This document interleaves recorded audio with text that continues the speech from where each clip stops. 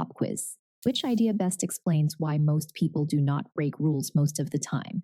A. Personality traits. B. Social control and social bonds. C. The weather. D. Intelligence. Hold on to your answer. We'll come back to it in just a moment. In this video, you'll learn control theory and how it explains deviance through social control. You'll also compare inner and outer containment, break down Hirschi's 4 social bonds, and use a quick checklist to test real-life cases.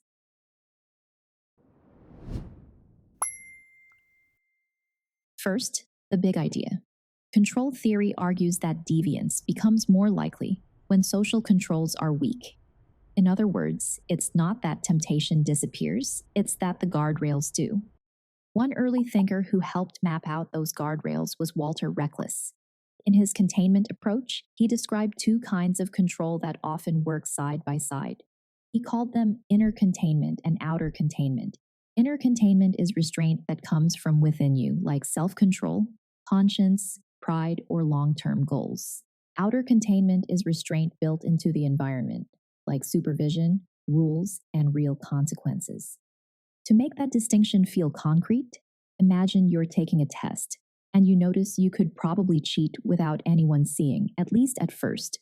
Inner containment might sound like, that would feel wrong, or I want to earn this honestly. Outer containment might be the teacher walking by, a strict phone policy, or the risk of getting reported. When both are strong, the temptation doesn't vanish, but resisting it gets a lot easier. At this point, it helps to clear up a common misconception. Control theory isn't claiming people are naturally good or bad. Instead, it asks a different question. What kinds of support and limits reduce the chances that everyday impulses turn into deviant actions? Now, we're ready to return to the pop quiz. The correct answer is B, social control and social bonds. Because the inner restraints and outer limits we just described are exactly the kinds of controls that make rule breaking less likely in the first place. So far, we've covered 2 layers of control, one that comes from inside the person and one that comes from outside the person, and both can shape behavior at the same time. Want to lock this in? Your personalized practice test and flashcard set are all waiting for you. Tap the link and give yourself a quick check. Now, once you understand containment, the next step is to zoom in on something even more personal, our connections to other people and to society. That brings us to Travis Hirschi and his bond theory, which sits within the larger umbrella of control theory. Hirschi's idea is simple. People are less likely to commit deviant acts when they have strong social bonds. He breaks those bonds into 4 parts, and each one answers a slightly different reason to stay on track. First is attachment, the emotional connection you feel to people and groups you care about.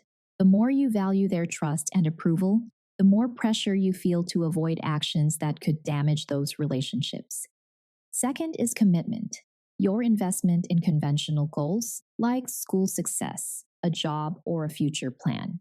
If you've built something you don't want to lose, deviance starts to look like a bad trade.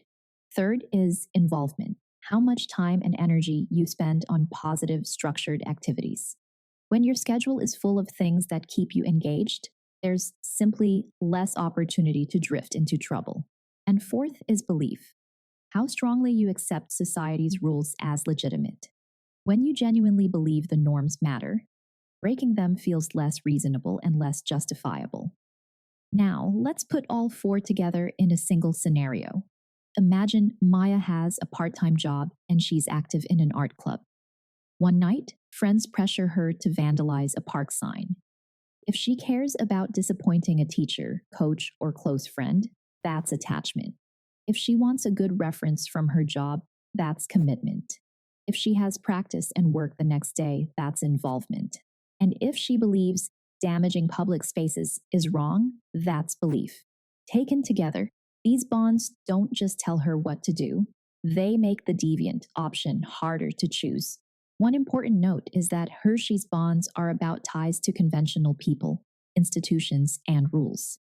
When those ties weaken, the pull toward conformity weakens too, and deviance becomes more likely. A practical way to use bond theory is to run a quick mental checklist before a risky choice. Who am I attached to that would care? What would I lose if this went wrong? How filled is my time with positive commitments? And do I actually believe this rule matters? When those answers get weaker, the pull toward conformity weakens too, and deviance becomes more likely. To recap, control theory says deviance becomes more likely when social control is weak. Reckless highlights inner containment and outer containment. Hirschi adds that strong bonds, attachment, commitment, involvement, and belief help keep people connected to conformity. Ready to quiz yourself with the content covered in this video? Check out the link in the description where you'll find Quizlet content made just for you.